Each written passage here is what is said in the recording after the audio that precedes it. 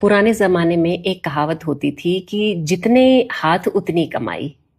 अब इसका अर्थ ये है कि एक घर में कम से कम 10 से 15 बच्चे होते थे और मुख्य काम होता था खेती-बाड़ी करना।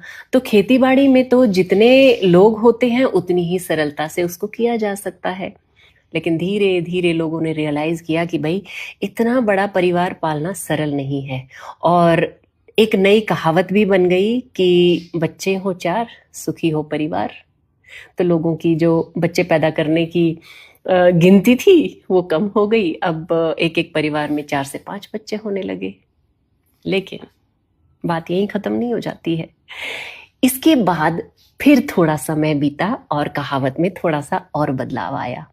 फिर हो गई कहावत हम दो हमारे दो। क्योंकि इससे पहले अब परिवार जो थे वो संयुक्त रह नहीं गए थे, उनका टूटना शुरू हो गया था। अब वो एकल परिवार में परिवर्तित हो गए। अब जब एकल परिवार में परिवर्तित हो गए तो कमाने वाला एक रह गया और पलने वाले 4 हो गए। अब वो 4 भी भारी लगने लगे। इसलिए बात यहीं खत्म नहीं होती है। इस कहावत में फिर से परिवर्तन हुआ। अब शेर का बच्चा एक ही अच्छा। समय ने फिर पलटी खाई, लेकिन आज जो दृश्य चल रहा है, जो समय चल रहा है, जो लोगों के मन में परिवर्तन चल रहा है, अब उनके माता पिता भी साथ नहीं रहते हैं, ना वो रखना चाहते हैं और बहुत से माता पिता साथ रहना भी नहीं चाहते हैं। तो अब वो एक बच्चा भी कौन पाले? बच्चा बहुत बड़ी जिम्मेदारी होता है और अगर बच्चे को पैदा किया जाता है तो बच्चे के संस्कार, पढ़ाई लिखाई, आचार व्यवहार, हर चीज के लिए कौन जिम्मेदार है? माता पिता। और माता पिता तो दोनों बाहर जाते हैं, उनके पास बच्चे को पालने के लिए समय ही नहीं है।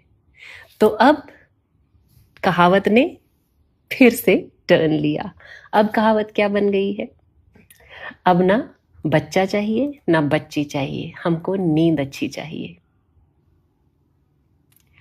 ऑफ कोर्स, जब हम सुबह से शाम तक काम करेंगे, थक जाएंगे तो हमें नींद चाहिए ही, और बच्चा होगा तो वो नींद में खलल तो होगा ही।